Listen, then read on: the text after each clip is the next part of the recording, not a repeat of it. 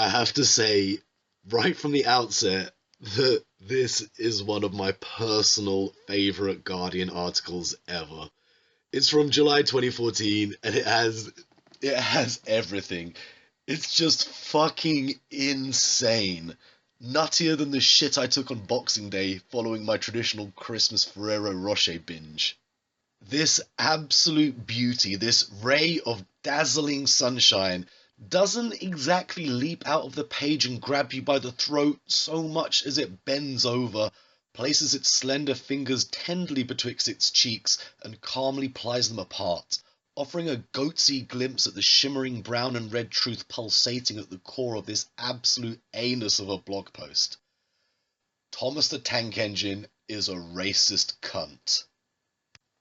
Look at this fucking stand first, man. Classism, sexism, and anti-environmentalism bordering on racism. Just let that sink in for a second. How many people did this line have to get through? How many people with actual jobs as journalists and editors seriously saw this line and thought, oh, well, she has a point. Thomas the Tank Engine is basically a Grand Wizard of the KKK. 4 people? 5? Did no one stop and say, we can't fucking print this. We'll be a laughingstock. Now, as we all know, only white people can be racist. I don't care what it says in the dictionary, I only care what it says in The Guardian, which is that only white people can be racist. So you might be thinking, yeah, I remember what he looks like, and Thomas isn't white. In fact, you probably thought that Thomas the Tank Engine was blue. But that's because you're a racist cunt as well. Thomas is clearly white. Like all those Asian people who work in Silicon Valley and all those Japanese video game characters that get in the way of my games are racist narrative. Thomas is white.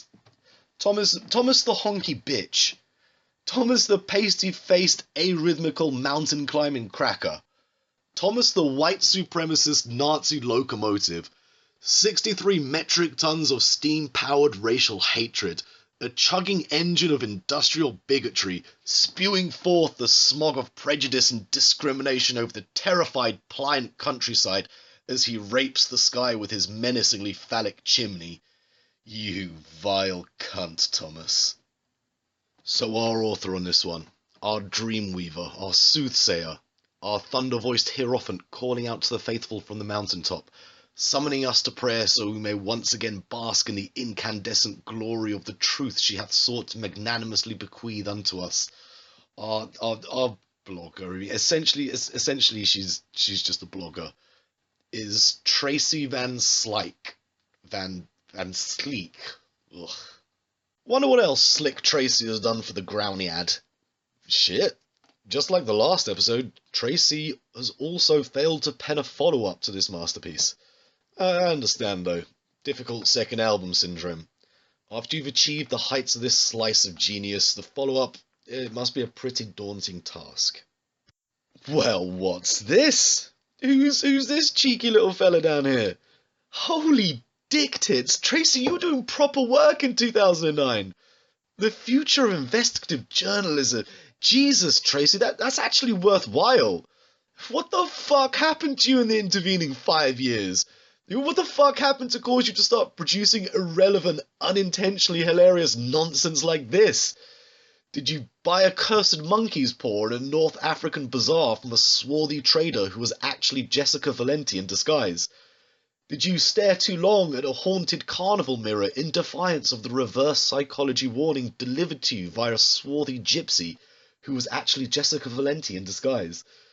Did you accidentally recite a Sumerian incantation while holding a flesh-bound book of pure evil inked in human blood that opened a portal to a dimension of eternal pain and suffering out of which strode the mighty form of the elder god Cranatis, supreme despoiler of all that is just and good, bringer of hate and darkness, blights of reality and the holy doom of man, who was actually Jessica Valenti in her true form?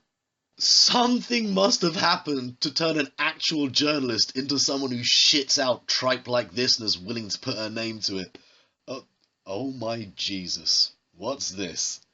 She's a researcher on the intersection of social justice and pop culture. Jesus fucking Christ. Really securing your space on the rocket ship with that profession, Tracy. Really fucking cementing your place on the space ark among Earth's best and brightest. Our species' only hope.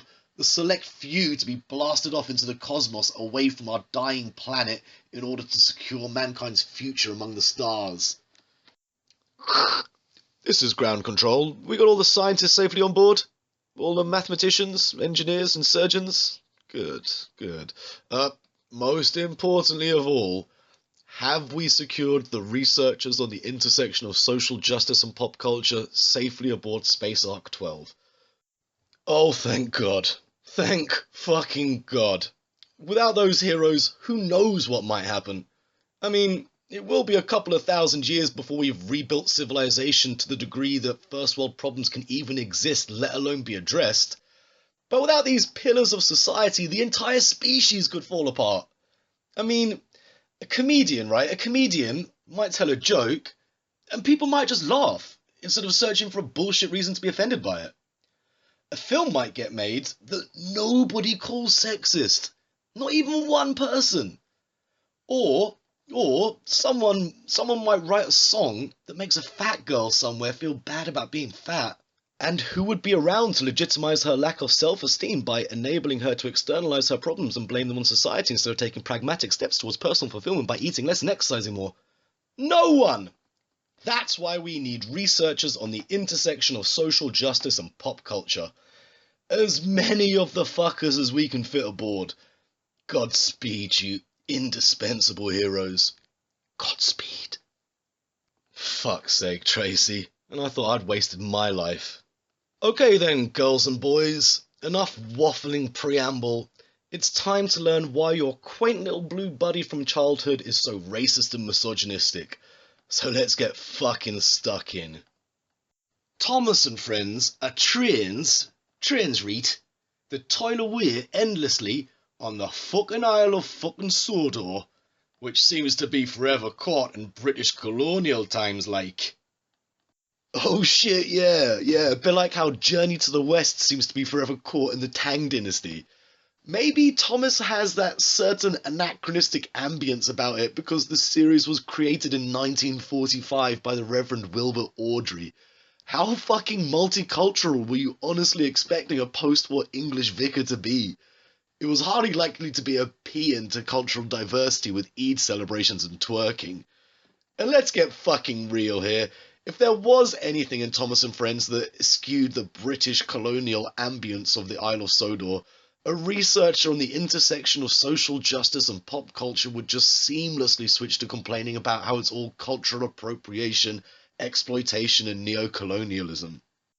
For one, these trains perform tasks dictated by their imperious little white boss, Sir Topham Hatt, also known as the Fat Cunt Roller, whose attire of a top hat, tuxedo, and a get big ruined belly is just a little too fucking obvious like. It's designed to entertain toddlers. How fucking subtle do you want it to be? Something mildly interesting happened here, which I feel is worth commenting on. When Tracy says the word white here, it's important to understand what's going on. She isn't merely offering a physical description of the character, she is emitting a racist dog whistle. For Tracy, white means evil, oppressive, bigoted, colonial, imperialist. And that's what she hopes to communicate with this descriptor. Now, it's important not to get carried away at this point. She's not trying to sow seeds of hatred against white people. This doesn't fucking mean that white people are oppressed. There's no oncoming white genocide or any of that paranoid lunacy you can find on the internet's many corners of bloated white self-pity. No, this is all about Tracy's ego. She is virtue signaling. She is saying, see, I'm not racist. I like totally hate white people, guys. We are just so evil. Oh, I mean, white people, right? SMH. So I'm really not racist. You believe me, right, guys? But black power?